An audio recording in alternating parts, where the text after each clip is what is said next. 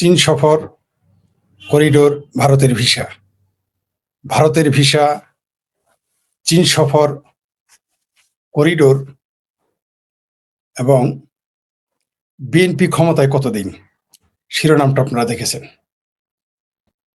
আবারও বলছি যে ভারতের ভিসা, চীন সফর, করিডোর, বিএনপি ক্ষমতায় কতদিন। সুপ্রিয় দর্শক, এই শিরোনামে আলোচনা করতে যাচ্ছি। আপনারা যারা দেখছেন, শুনছেন, আমাকে স্পষ্ট দেখা যাচ্ছে কিনা, শোনা যাচ্ছে কিনা, ইয়েস নো বলে জানাবেন প্লিজ।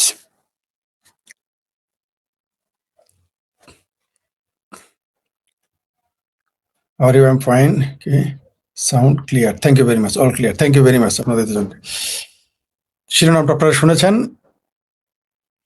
ভারতের ভিসা, চীন সফর, করিডোর এবং বিএনপি ক্ষমতায় থাকবে কতদিন। এই মুসলেকা সরকার, আপনারা জানেন যে চীন সফরে যাওয়ার কারণে আমাদের বাংলাদেশের বেশ কয়েকজন সাংবাদিককে চীনে মুসলেকা দিয়ে আসতে হয়েছে।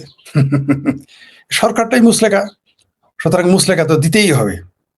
কি কারণে তারা মুসলেকা দিল? মানে এরা জানেই না যে এটা ভারত না, এটা আমেরিকা না, ওটা হচ্ছে চায়না।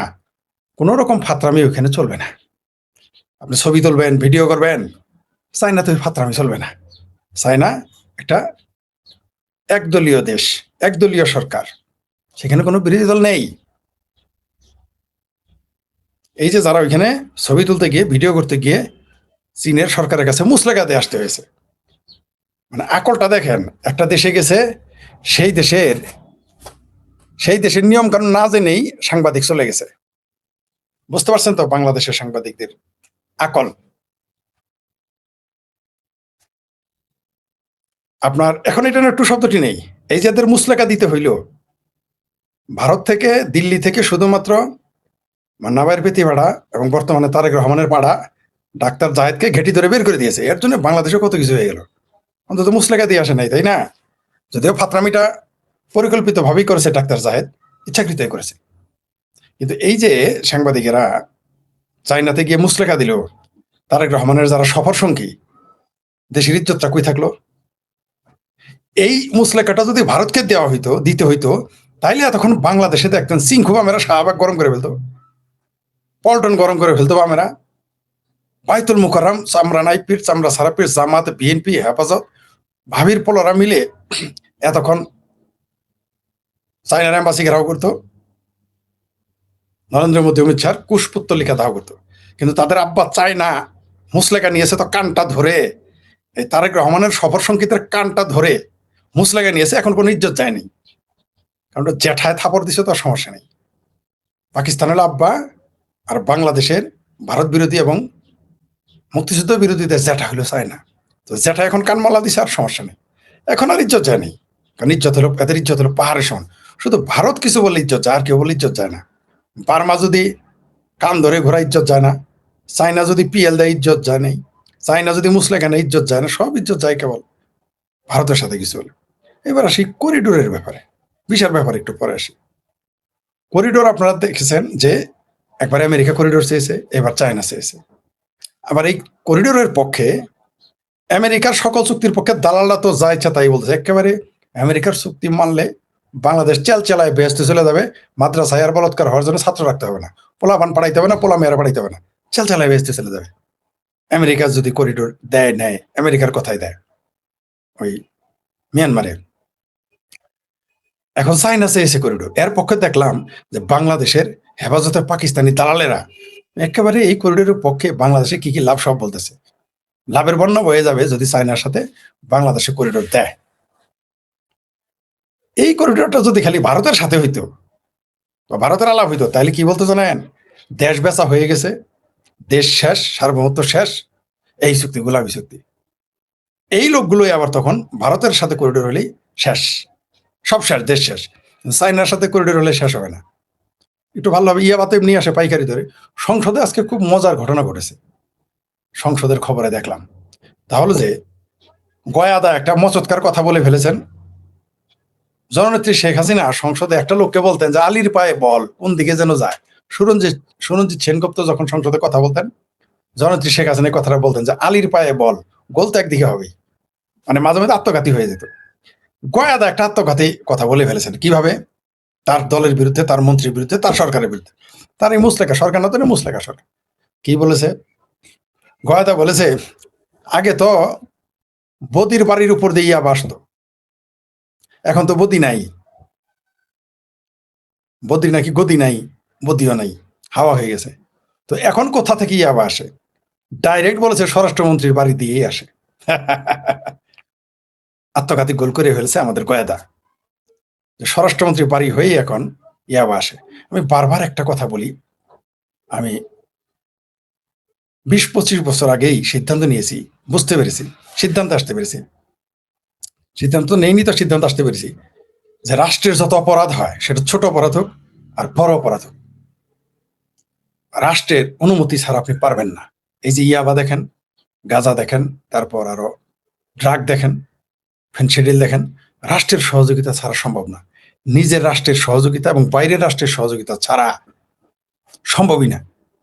সিআইএর একজন সাবেক কর্মকর্তা বলেছেন, আমি তো এগুলো, আমার তো এডিটর এখনো নিয়োগ দেই নাই, আমি তো এগুলো দেখাইতে পারি না, ভিডিওগুলো আছে, দেখাইতাম নইলে। আমেরিকার সিআইএ বলেছে ড্রাগ আসলে একটা বিশ্বের যুদ্ধ নীতির একটা অংশ। এই যে যে দেশে বিদেশে, এমনকি আমেরিকাতেও যে ড্রাগ যায়, এটাও তার প্রতিপক্ষ দেশের ষড়যন্ত্র। বাংলাদেশেও যে ড্রাগ, এটা দেশি বিদেশি আন্তর্জাতিক ষড়যন্ত্র, এগুলো ষড়যন্ত্র। আপনি কিভাবে ড্রাগ আনবেন বস্তায় বস্তায়, টনাটন, কি করে সম্ভব রাষ্ট্রের অনুমতি ছাড়া? আফগানিস্তানের যত আফিম ছিল সব পাকিস্তান সারা বছর বিক্রি করত। মূল পেশা ছিল এই যে হুইস্কি জেনারেল, পাকিস্তানের ইসলামী জেনারেলদের কাজই ছিল আফিম বেচা। তারপর সন্ত্রাস উৎপাদন ও রপ্তানি করে, সেটা তো আলাদা বিষয়। আসলে রাষ্ট্রের অনুমতি ছাড়া, রাষ্ট্রের ইশারা ব্যতীত, রাষ্ট্রের আস্কারা ব্যতীত আপনি কোনো অপরাধী করতে পারবেন না, প্রশ্নই আসে না। যেমন মা বাবার আস্কারা ছাড়া কোনো সন্তান জুয়া খেলতে পারে না, ড্রাগ এডিক্ট হইতে পারে না। যদি কেউ বলে যে তার সন্তান জুয়া খেলে, সে জানে না। যদি বলে তার ছেলে গাঁজা খায়, সে জানে না। যদি বলে তার ছেলে ইয়াবা খায়, জানে না। যদি বলে তার ছেলে আফিম খায়, জানে না। যদি বলে তার ছেলে ফেন্সিডিল খায়, তার পরিবার জানে না। যদি বলে তার পরিবারের কিছু জানে না। ঠাড়া পড়া মিথ্যা কথা। আমি দায়িত্ব নিয়ে বললাম, আমি আমার জেলার, এমনকি যার ছেলে ড্রাগ বেচে, তার বাবা জানে না, তার পরিবার জানে না, ঠাড়া পড়া মিথ্যা কথা। আমি আমার জেলার, মানে জামালপুর জেলার যারা ড্রাগ বিক্রি করে এবং খায়, গ্রহণ করে, আমি তাদের উপর আজ থেকে 20 বছর আগে গবেষণা করেছি। সেটা যত বড় ক্ষমতাধর হোক আর একেবারে ছেঁচকা ড্রাগ ডিলার হোক আর বিক্রেতা হোক আর খাদক হোক, তার পরিবার জানে, তার গ্রামের মাতাব্বর জানে, এলাকার মেয়র জানে, কাউন্সিলর জানে, চেয়ারম্যান জানে, মেম্বার জানে, থানা জানে, তার মা বাবাও জানে কে ড্রাগ খায়, কে ড্রাগ বেচে। কেউ যদি বলে যে জোয়ার ডিলার, যারা এখন এই যে ক্রিকেটের জোয়ার ডিলার হয়েছে, কে জানে না? প্রত্যেকেই জানে। আমার জেলায় কারা এটা করে আমি জানি। আমার জেলার প্রত্যেকটা যারা করে, তাদের গ্রামের, শহরের, উপশহরের প্রত্যেকটা গলির পোলাপান 10 বছর বাচ্চারা জিজ্ঞেস করেন, বলে দিবে। আর এখন যদি বলেন থানা জানে না, রাষ্ট্র জানে না, এলাকার মেয়র জানে না, চেয়ারম্যান জানে না, এমপি জানে না, মন্ত্রী জানে না, ঠাড়া পড়া মিথ্যা কথা। আমার এলাকার যেগুলো লোক ড্রাগ বেচে, মানে গাঁজা, ইয়াবা, ফেন্সিডিল এবং আর অন্যান্য যত কিছু আছে, সব পরিবারে জানে, সবাই জানে, বাপ মা জানে। অর্থাৎ বাপ মারা এখন কেউ বলবে, কিন্তু যারা আবার খায় তাদের বাপ মা কি বলবে জানেন? আমার পোলাটারে আমাকে নষ্ট করে দিল গো। ফরিদ, তুমি কি জানো আমার পোলাটারে আমাকে নষ্ট হলো, আমার ভাইস্তাটারে আমাকে নষ্ট হলো, আমার ভাইগনাটারে আমাকে নষ্ট হলো। তার যে পোলা নষ্ট হলো এটা সে বলবে না, তার যে ভাইগনা নষ্ট হলো বলবে না, তারা জানে বলবে না, তারা কিন্তু কন্ট্রোলে রাখতে পারেনি। তারপরেও সবচেয়ে বড় যেটা সমস্যা, রাষ্ট্র নিজেই এগুলো পৃষ্ঠপোষকতা করে। সিআইএর সাবেক একজন এজেন্ট এই কথা বলেছে। আমি এডিটর নাই, আমি বললাম দেখাইতে পারি না, ভিডিওটা আমার কাছে আছে। আমি হয়তো সম্ভবত আগামী সপ্তাহে হয়তো আমার এডিটর নিয়োগ দেওয়া হবে, বা তা নাহলে অক্টোবর থেকে তো শুরু করবোই প্রফেশনালি। যদি আমি 1 তারিখের থেকে নিয়োগ দেওয়ার সম্ভাবনা আছে, তাহলে হয়তো তখন আপনাদের আমি অনেক কিছু দেখাতে পারবো। জাতীয়, আন্তর্জাতিক, পারিবারিক, সামাজিক, রাষ্ট্রীয় আস্কারা ছাড়া আপনি কখনোই অপরাধ করতে পারবেন না। কোনো অপরাধই করতে পারবেন না আপনি। আপনার বাবার ক্ষমতা নাই, আপনি একটা গাছের পাতা ছিঁড়তে পারবেন না। আপনার সমাজ, আপনার পরিবার, আপনার রাষ্ট্র যদি আস্কারা না দেয়। আমি কোনোদিনই আমার বাড়িতে কোথাও থেকে একটা ইট নিয়ে যেতে পারবো না। আমি একটা ইটটা নিয়ে গেলাম, আর বাবা বলবে যে এটা তুমি কোথা থেকে আনছো, জিজ্ঞেস করবে আমাকে, আমি পারবো না। কিন্তু আমি দেখেছি আমার বাড়ির সামনে থেকে ট্রাকে ট্রাকে রেল লাইন, লাখ লাখ টাকা রেল লাইন বিক্রি করে কোটিপতি হয়ে গেছে আমার চোখের সামনে, আমাদের বাড়ির সামনে থেকে। কিন্তু আমরা কোনোদিন সে চিন্তা করার সাহসই পাইনি, কারণ আমার পরিবার সেটা অ্যালাউ করবে না। তারা এবার লম্বা লম্বা কথা বলে আমার সাথে আবার, অবশ্য সরাসরি পারে না সামনাসামনি, কারণ জানে তো আমি সেরা ভাঙ্গা, হুমায়ুন কবিরের ভাষায় সেরা ভাঙ্গা বয়ান দিব। কারণ আমাদের জামালপুরের কে কে ধনী কিভাবে হয়েছে সব তো আমার টাটা মুখস্থ। কার বাপ কি করতো, কার দাদা কি করতো, কে কিভাবে ধনী হয়েছে, কার বাড়ি, যার বাপ দাদার পায়ের স্যান্ডেল ছিল না তার বাপে কিভাবে শো পড়লো, যার বাপের একটা শার্ট ছিল না সে কিভাবে পাঁচতলা বাড়ি গেলো, তো সবাই আমি জানি, সবাইকে চিনি আমি। যাই হোক, সেটা অন্য প্রসঙ্গ। যেটা বলতেছিলাম, চায়না করিডোর চেয়েছে, এখন এই করিডোর দিবে, এর পক্ষে বয়ান দিতেছে। আমি দোয়া করতেছি করিডোর দেও না, শোনা চায়নারে করিডোর দাও, অথবা আমিও দোয়া করতেছি আমেরিকারে করিডোর দাও। তারেক রহমানের মুরদেই কোলাবে না কাউকে করিডোর দেওয়া। সে চায়নাকেও করিডোর দিতে পারবে না, আমেরিকাকেও দিতে পারবে না, ভারতকে তো দিবেই না। এই সরকার তাহলে টিকবে না।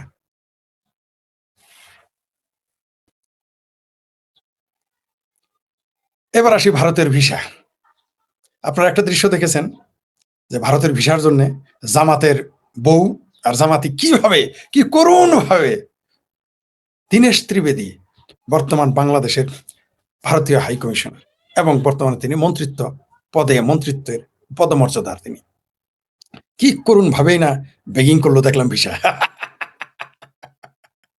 তো ভারতে তো যাবো আমার মতো ভারতের দালালেরা, আপনারা কেন যাবেন? যারা বলেন দিল্লি না ঢাকা, দিল্লি না Dhaka, India boycott, India boycott, আপনারা কেন ভিসা নিয়ে যাবেন? আবার দেখলাম জাহাঙ্গীরনগর বিশ্ববিদ্যালয়ের একজন শিক্ষক, বাপ হইলো ভাষা আন্দোলনের কি যুদ্ধ ভাষা সৈনিক নাকি, আবার বাপ মুক্তিযোদ্ধা নাকি, বাবা নয় দাদা নাকি ভাষা সৈনিক, আর বাপ নাকি মুক্তিযোদ্ধা নাকি, দুইটাই আমি জানি না এই মুহূর্তে। সেই লোক লিখছে যে ভারতের কোনো উপায়ই ছিল না। আওয়ামী লীগ করে কিন্তু আবার আগে শেখ হাসিনার ছবি রাখতো প্রোফাইলে, আওয়ামী লীগ ক্ষমতা যাওয়ার পরে সে প্রোফাইল ছেড়ে অন্যটা দিছে, এখন আর মুরদে বলে না। যত বড় আওয়ামী লীগ আছো, সোনার চান পিতলা গুগু, যারা শেখ হাসিনার ছবি দিতা, বড় বড় নেতার সেলফি ছবি দিতা, এখন তারা কোথায়? মুরদ এখন আর কোলায় না। তখন তো শেখ হাসিনার সাথে ছবি থাকলে একেবারে সেটা একেবারে কোরআনের পাতার মতো রাখতা, এখন ফেসবুকে দিতে ভয় কেন? সে লিখেছে ইন্ডিয়া নাকি বাধ্য হয়েছে ভিসা দিতে বাংলাদেশের লোকজনের, এই আবার বিশ্ববিদ্যালয় শিক্ষক। আবার কেউ কেউ লিখছে ব্যবসা করা ছাড়া তো ভারতে ভাত পাবে না বাংলাদেশের সাথে, ব্যবসা না করলে তুমি যাও কেন, কিনো না দেখি। তোমরা বলছো ইন্ডিয়া বয়কট, ইন্ডিয়া বয়কট, ওই যে বিপিনুরা, তারপর রাশেদ, তারপর আরেকে আমতারেক, জামতারেক, তারপর বিএনপি, ছাত্রদল, তারপর কি জামাত, হেফাজত, ফিলিয়েচ্ছে, প্যানিক ভট্ট, এই যে হেফাজত, চাবরা নাইপির, আমার ভাবির পোলা কত না মিছিল করছো ইন্ডিয়া বয়কটে, যায় না ইন্ডিয়া।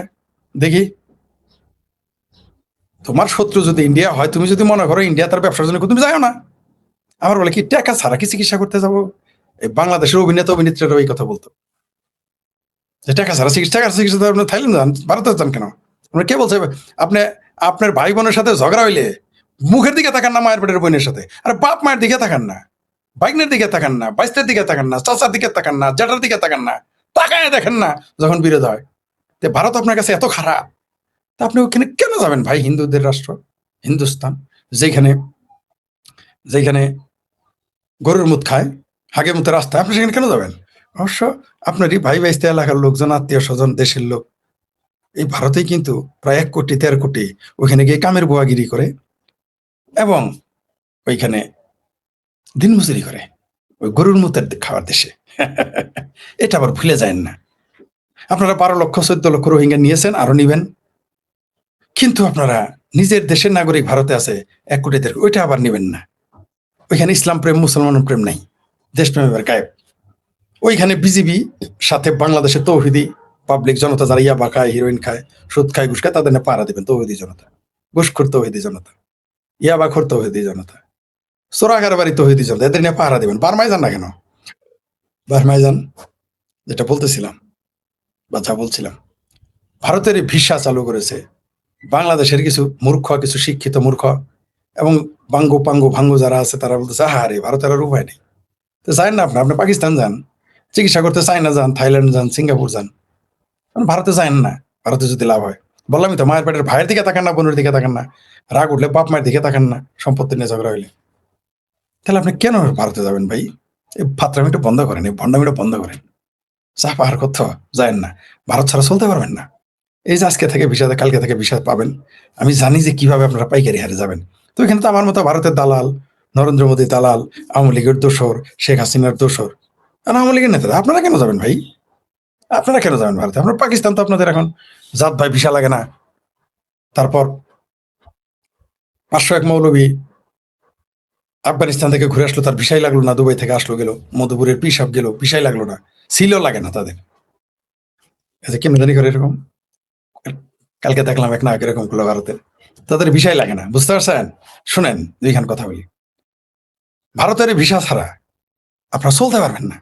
ভারতের সীমান্তে চোরাকারবারি ছাড়া আপনারা চলতে পারবেন না।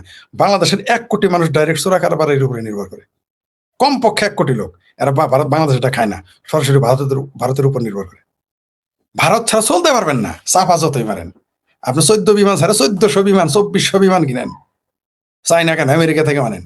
আপনি ভারতের একটা চুল সোজা করার ক্ষমতা আমাদের নাই, চাপা যতই মারেন।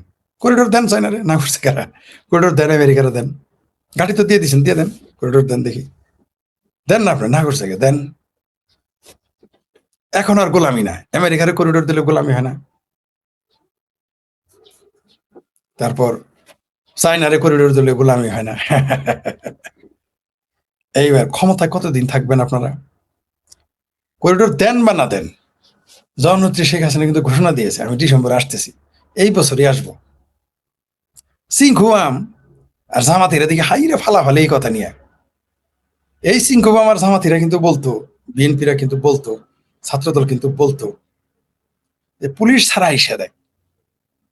তো সিংহুয়াম আপনারা কিন্তু আর্মি ছাড়া রাস্তায় নামতে পারতেছেন না। জামাতিরা আপনারা কিন্তু আর্মি ছাড়া চলতে পারেন না। বলছিলাম না যে ডিসেম্বরের পরে সেনাবাহিনী ঘুম আরাম করে ফেলাম, বলছিলাম কিনা? 2 মাস আগে বলছিলাম। মানে যেদিন তারা ঘোষণা দিছে সেনাবাহিনী নিয়ে নিবে, তার 15 দিন আগে থেকে বলা শুরু করছে ডিসেম্বরের মধ্যে যদি সেনাবাহিনী বেড়াগায় ফিরে না যায়, সেনাবাহিনী ঘুম আরাম করে ফেলবো বাংলাদেশে। ফাত্রামি বন্ধ করে দেবো। কিভাবে মিশনে যায় সেটা আমরা দেখবো। এইভাবে বাংলাদেশে রাজনীতি নিয়ে গুরুত্বপূর্ণ তথ্য দিল শেখ ফরিদ। মোল্লার মিলিটারি কিভাবে টিকে থাকে আমরা দেখবো। আমরাই দেখিনি, ভারত শেখ হাসিনা ঘোষণা দিয়ে ফেলেছেন তিনি এই বছরই ফিরবেন। এই ঘোষণা আর কি মনে করেন না? উনি যদি এটা এমনিও বলে থাকে, এটা আর কি মনে করেন না? এই বক্তব্য বাংলাদেশের মুক্তিযুদ্ধের পক্ষের শক্তি এবং যারা আওয়ামী লীগ করে তাদের জন্য টনিক হিসেবে কাজ করবে। ওই সিংহুয়ামের 200 লোক আর জামাতের 2-3% মিলে যে ফাত্রামি সারা দেশে শুরু করছেন, ওই নয়া জামাতের আমির ওয়াকারের কান্দে চইরা, ওয়াকারের গোয়া কিন্তু খালে আর বিলে চলে যাবে ডিসেম্বরের পরে থেকে। আমি সে বলে দিলাম আপনাদের, বলেছি তো যে ডিসেম্বরের পরে মিশন বন্ধ করাবো যদি বাংলাদেশের মিলিটারিরা এই ফাত্রামি বন্ধ না করে, সোজা করে ফেলাবো। একবার বলি নাই, বারবার বলতেছি, এর আগেও বলেছি, কয়েকদিন আগেও বলেছি, আবার বললাম। খেলা ডিসেম্বর থেকে আমরা দেখাবো। সেনাবাহিনীকে ব্যারাকে যাইতে হবেই। না আমেরিকা, না রাশিয়া, না চাইনা কোনোভাবেই এই সেনাবাহিনীকে, যতই ফাত্রামি, সেনাবাহিনী ডিসেম্বরের পরে বাংলাদেশে থাকলে বহু কিছু করে যাবে। আর সেনাবাহিনী যখন ব্যারাকে ফিরে যাবে, আমার ভাবির বলারা বিএনপি জামাত পাবলিকের উষ্টাইম নিয়ে খাওয়া শুরু করবে। এই যে যত মর্দগিরি দেখেন না আপনারা, আমরা জানি আপনাদের মর্দগিরি কোথায়। কারণ খুঁড়ার জোরে পাঠা কোথায়। আওয়ামী লীগ কিন্তু আর্মি ছাড়া চলতে পারবে, আপনারা কিন্তু পারবেন না। আওয়ামী লীগ পুলিশ ছাড়া চলতে পারবে, আপনারা কিন্তু পারবেন না। আওয়ামী লীগ যে পুলিশ ছাড়া আর্মি ছাড়া চলে এখন দেখতেছেন না, যে নিষিদ্ধ করে আপনাদের ঘুম আরাম হয়ে যায়। 23শে জুন আপনারা কেবলমাত্র নেটো বাহিনী আনা, বিমান বাহিনী আনা বন্ধ রাখছিলেন, আর সবই মাঠে নামাই দিয়েছিলেন। বাংলাদেশ বিমান বাহিনী আর নেটো আনেন নাই, বিদেশ থেকে হায়ার করে আনেন নাই। এছাড়া তো সবই করেছেন। ঠেকাতে পারবেন না, পারবেন না। ডিসেম্বরের মধ্যে ওয়াকারকে ফিরে যেতেই হবে। ওই যতই খোঁচা খোঁচা দাঁড়িয়ে রেখে জামাতি হও, মিস্টার ওয়াকার, বাংলাদেশের গণতন্ত্র ধ্বংস করার দায়ভার তোমাকে নিতে হবে। মিস্টার ওয়াকার, মিস্টার মিলিটারি, আমিরে মিলিটারি, তোমাকে দায়ভার নিতেই হবে। তুমি যে বাংলাদেশের সংবিধানকে ধ্বংস করেছ, তুমি যে বাংলাদেশের মুক্তিযুদ্ধের চেতনাকে ধ্বংস করেছ, ওয়াকার তোমাকে দায় নিতেই হবে। তুমি মনে করো না তোমার হাতে বন্দুক থাকে বলেই তুমি বঙ্গের শেড হয়ে গেছো। এটা গণতান্ত্রিক রাষ্ট্র। এই দেশের মুক্তিযুদ্ধ হয়েছে পাকিস্তানের মতো, পাক হানাদার বাহিনীর মতো একটি প্রশিক্ষিত সংগঠনকে পরাজিত করে বাংলাদেশের সৃষ্টি হয়েছে। তুমি ওয়াকার যদি মনে করো যে আমেরিকার কাঁধে চড়ে তুই বহু কিছু করতে পারবা, কিছুই করতে পারবে না। তোমার বহু ভণ্ডামি করছো, বহুত পাত্রামি তুমি আকার। অনেকে আবার বলে তুমি করে বলো, তো কে সে? সেই বাংলাদেশের কে? সে বাংলাদেশের একটা সচিব পর্যায়ের লোক। এই মোল্লার মিলিটারি ভয় থেকে ফিরে আসেন। এই মোল্লাদের ভয় পাইছেন বলে, একদিকে বেহেস্তে হারানের ভয়, মোল্লাদের ভয় পাইছেন, তার জন্য কিন্তু বাংলাদেশের ক্ষতি। আর মিলিটারিকে ভয় পাইছেন বলে কি করতে পারবে তারা? এই যে প্রতিদিন প্রতিদিন মরার চাইতে, প্রতিদিন 10-12 জন মরার চাইতে একবারে নেমে যান মাঠে, দেখি সেনাবাহিনী কি করে। এই বাংলাদেশের সেনাবাহিনী পালায় নাই 90, আবার পালাবে, পালাইতে হবে। জি।